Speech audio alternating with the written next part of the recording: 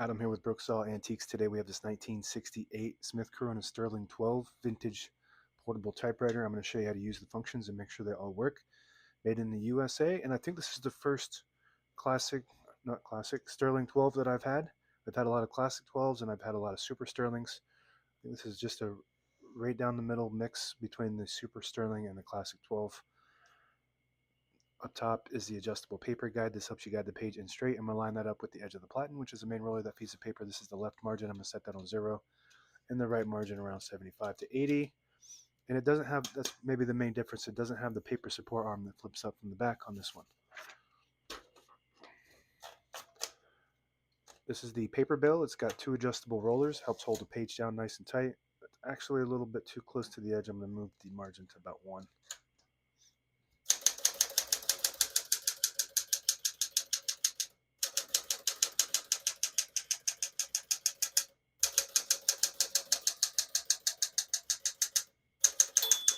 Once you hear the bell, you're at the end of the margin.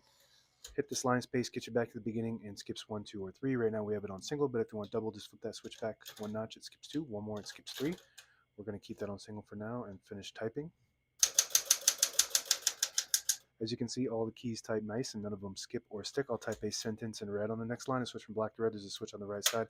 Flip that all the way down to the red indicator, which prints the bottom portion of the ribbon, which is red. When you have it in the middle, it doesn't print any ink at all. It just leaves a stencil for copying purposes. It's actually hard to get that in the middle, probably on purpose, because I don't think anybody ever uses that. But if you have it up top, it prints the top portion of the ribbon, which is black. We're going to move that down for red.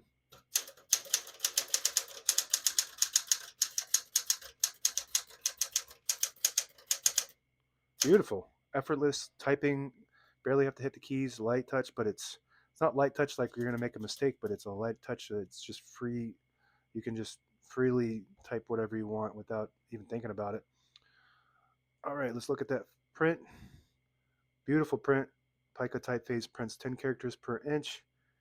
These are some of the funnest typewriters that I've used, and I've used them all, except for the electrics. Okay, we're going to pull the page out easy by flipping this switch forward. It unlocks the rollers underneath the platen, allowing you to pull the page out easy or load thicker paper like carbon copy or cardstock. Make sure you flip that back before you load the next page, or else it will not load correctly. Another difference is it doesn't have the option for changeable keys on this like it does in the Galaxy, and I think some of the Super Sterlings have that. Backspace, very good. Shift on each side and a shift lock on the left. To clear that, just hit the shift button again. Put the color back on black. Touch control on the left side, low, medium, and high. The higher you go, the more tension there is when you hit the keys. You do have to hit the keys harder for them to print, but they respond faster. So you just want to play with that to gauge what your preference is as far as touch control goes. The hood slides to the front. And this is your ribbon reverse. All the brand new ribbons loaded on the left side, so it's pulling clockwise to the right. If you want to switch that direction, just flip this switch down or to the back. It'll pull counterclockwise to the left. We want it to go right. So we're going to flip that up. It has an automatic reverse. When it gets to the end of the ribbon, it pulls on this on either side, and as you're typing, it'll reverse the ribbon to the side that it needs to go to, and that's an automatic ribbon reverse. If you don't have eyelets, it's the little metal piece on the end, then you can tie a knot and that should catch it. Tab, fast action tab on the right. Right now we have tabs set on 10 space intervals, so I'm just going to clear each one of them by hitting that CL button like that. Got to go to it and then hit the CL button.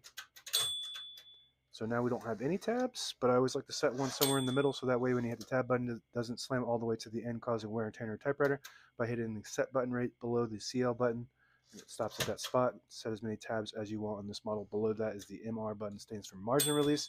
When you get to the end of the margin, there's a mechanism that blocks you from printing. Hit that MR button. It does allow you to get past that and type all the way to the end. Very good. Carriage lock on the front of the knob here. That releases. There we go. That releases the carriage and locks it in the middle, so when you have it in the case, it doesn't bang around in there, causing any kind of internal damage.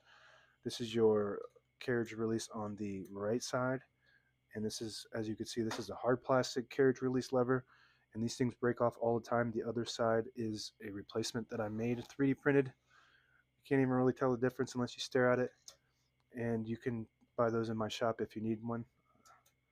Very good and reliable.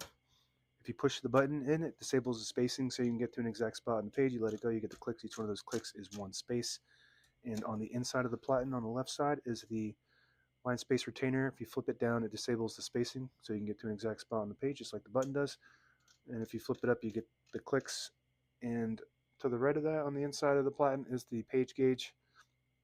That just shows you when you're, if you load it below the 11 right there, there's a little notch, and that just shows you that when you're getting towards the end of the page. That's 2 inches on, see on in the red, 2 inches left, 1.5, 1 inch, and that's the end of the page. And that's it. Now available on eBay or Etsy. Search Brooksaw Antiques.